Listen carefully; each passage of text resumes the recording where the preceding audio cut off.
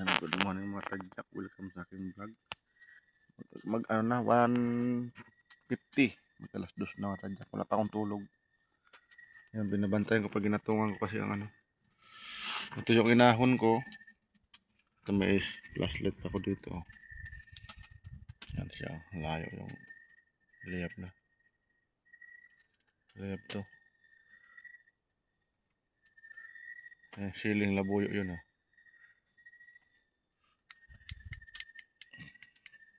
Ito yung ano, mga tingkalin pa. Bukas na yan. Masugat yung kamay ko, di ko masyado makita sa ilaw. Nakatingkal ako konti. Ito na yung napilian ko. Nagbihis ako, sobrang dumi na ng ano ko, towel oh. Ito yung short. Siguro mga 5 sako na yung luto na yan.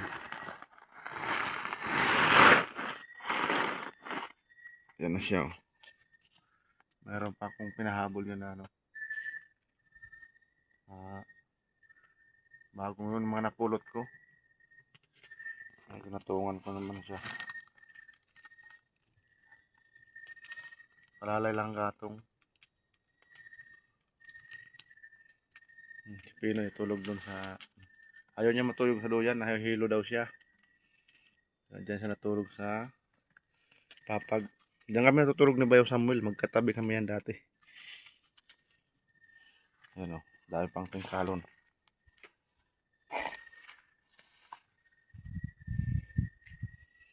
May kanin pa dyan, busog pa man ako. Yan, halos puro luto na tong tingkalon na to. Yan, paggatong yan o. Itsahan lang ng ano, bunot ng nyug.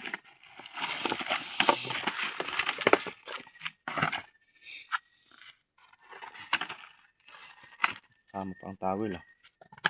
Ito luto na to. Mga 6 masako na tong luto.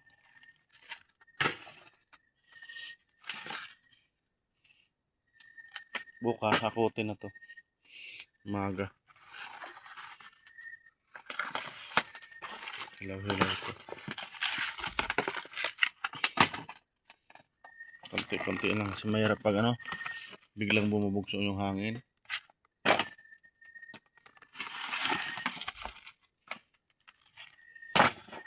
Hindi natin mapigilan yung apoy.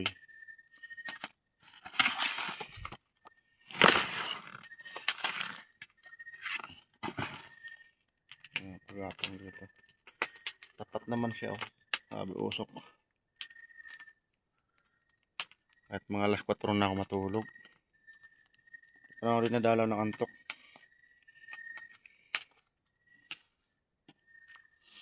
Ang dami pa dyan bunot oh. May pambuhos ako dyan, yung sabaw ng nyug.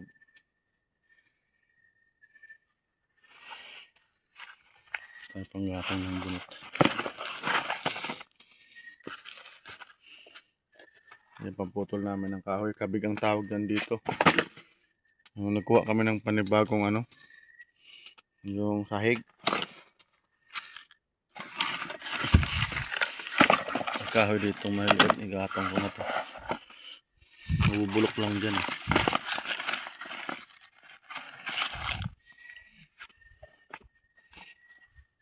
Nagluto na yan sa gilid na yan.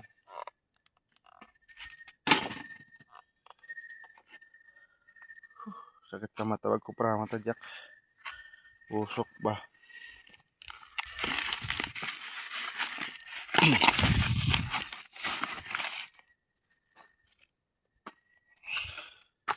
Sa bukid nga namin, nag-isa lang ako doon minsan nagkukupra.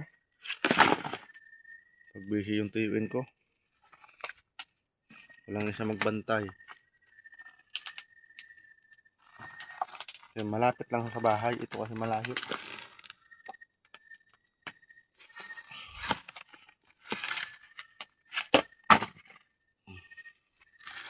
Mahirap yung ganyan.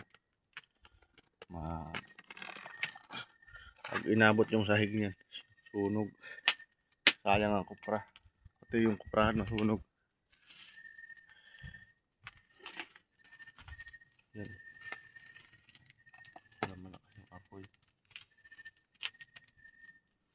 Kaya nakabalat ng ano. Grabe usok.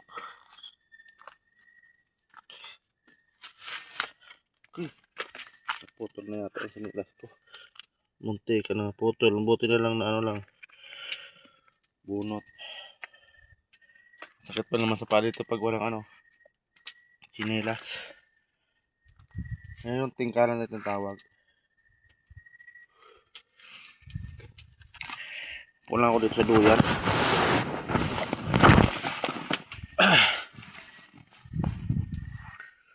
Iiwan ko na to kay Bayaw Samuel. Bigay ko na sa kanya pagbalik ng Manila. Ayan, luha-luha mata ni Marvis. Ang sakit naman ito pag nagkukupra. Hindi ako nagdadamit pa. Pagod pa. Ano? Grabe pawis ko kanina pag pili ng kupra. Ayan, tulo yung pawis. Ayaw, yung luha. Sakit sa mata. Ang tawal ko pala. Sakripisyo pag nagkukupra.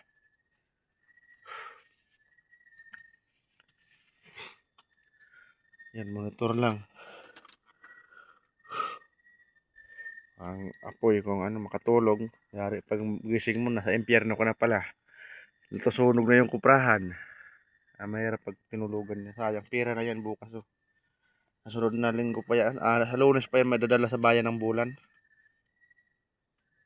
Bukas, bababa pa lang sa baryo.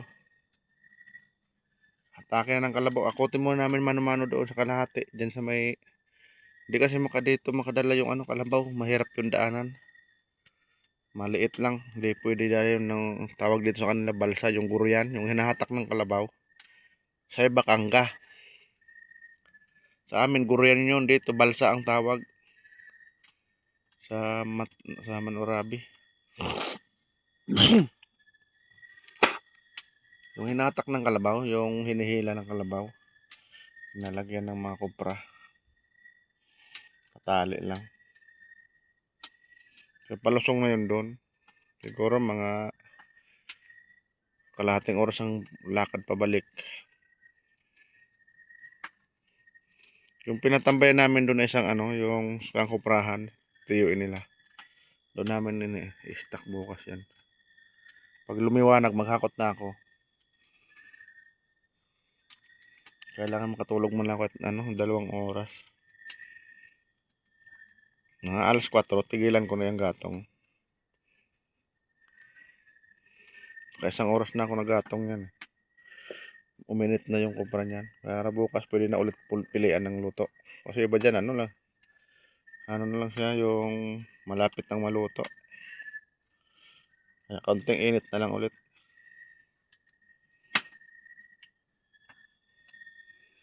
Yan, ang gagawa ng ano dito. Pagbubong. Marunong ako magbubong yan eh. Nanahaw. Tinuruan ko ng tiyuin ko. Yung namatay na ano, inatake sa puso. Nakaraan lang. Kasabay, alos magkasabay sila lang kapatid ko. Nauna pa siya sa kapatid ko eh. Yun ang ano. Yan ang pinakapaborito kong tiyuin. Di man lang ako nakauwi nung patay siya. Maunawaan naman yun eh. Papaybin kasi ano. Sabay-sabay sila.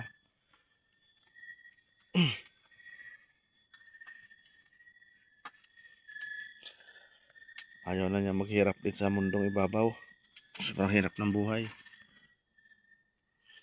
Hanggang doon na lang talaga yung ano ba, pagsubok niya. Yung kapalaran ng buhay natin. Buti siya tapos na yung mission niya eh.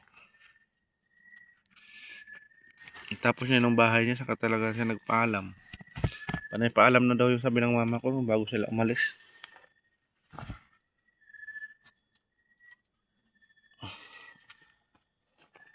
Ayaw na daw magpaalaga sa mga anak niya. Gusto niya mamatay biglaan. Yun nga, bigla nga. Biglang-bigla rin kami. Yan o. Yan, luto na yung natadyak. Pag malakas yung kamay mo, yan o. Kaya na yung kamay yun.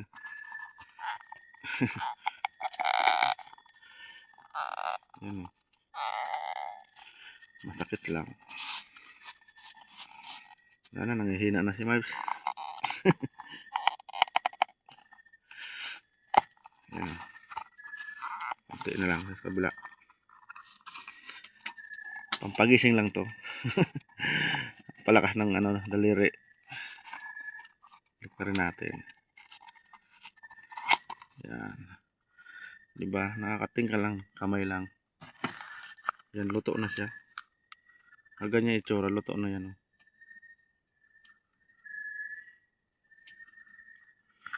Para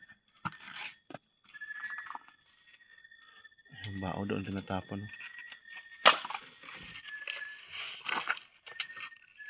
Siguro na yan luto. Bukas na ako magtingkal. Yan. Bukang-buka na, luto na rin.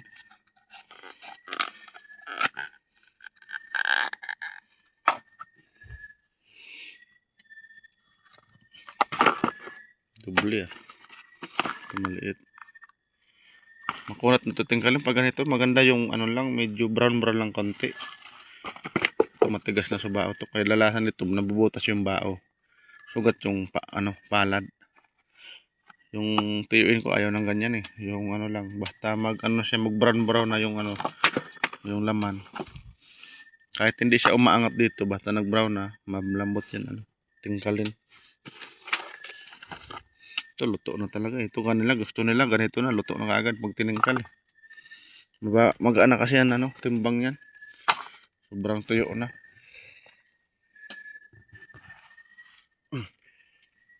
Ang maririnig mo dito, hon ng ibon. Yung kuliglig. Minsan kanina tuko. Ayan o.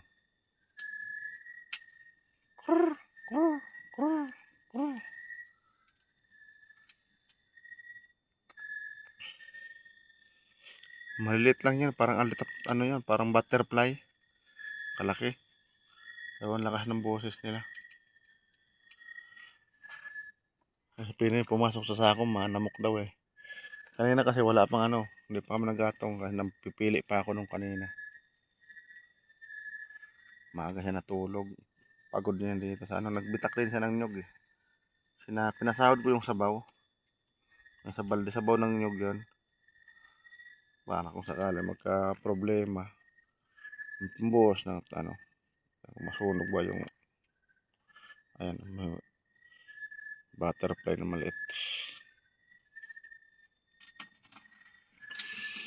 Ayan naman, monitor lang tayo. Shoutout na lang sa lahat ng vlogger dyan. Shoutout sa iyo ato, team ilang-ilang. Lahat ng team ilang-ilang, shoutout na lang. Andito si Merv sa Bicol. Ayan, tunaw na kaagad ang bilis. Okay. Baka may tapo natin yung health. At tayong pang-vlog.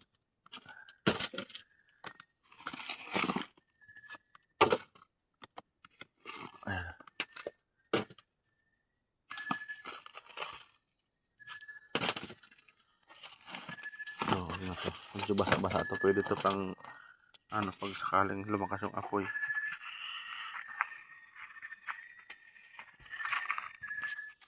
Yung damit ko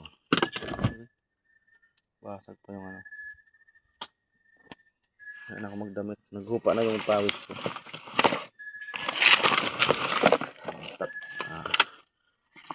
Masama sa ipagtapon.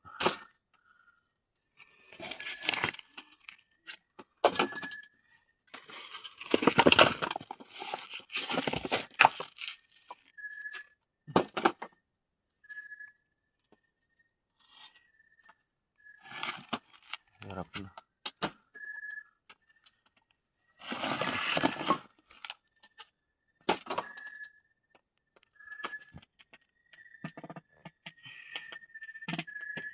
Utot si Mabs.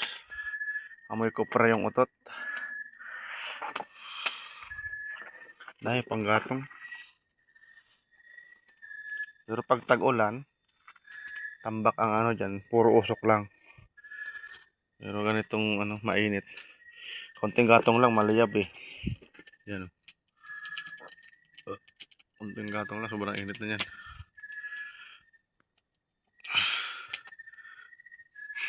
Yan. Dito na yung vlog ni Mabs. Kasi good morning na lang sa lahat na ano, nasa Pilipinas. Shout out sa lahat. Ayan, sa lahat ng OFW, shout out dyan. At sa lahat ng sumusuporta kay Marv sa Jakera. Ayan, hindi tayo makahabol sa pa-challenge. Iwan ko maka-upload ako bukas o sunod na araw. Sikapin ko maka-upload.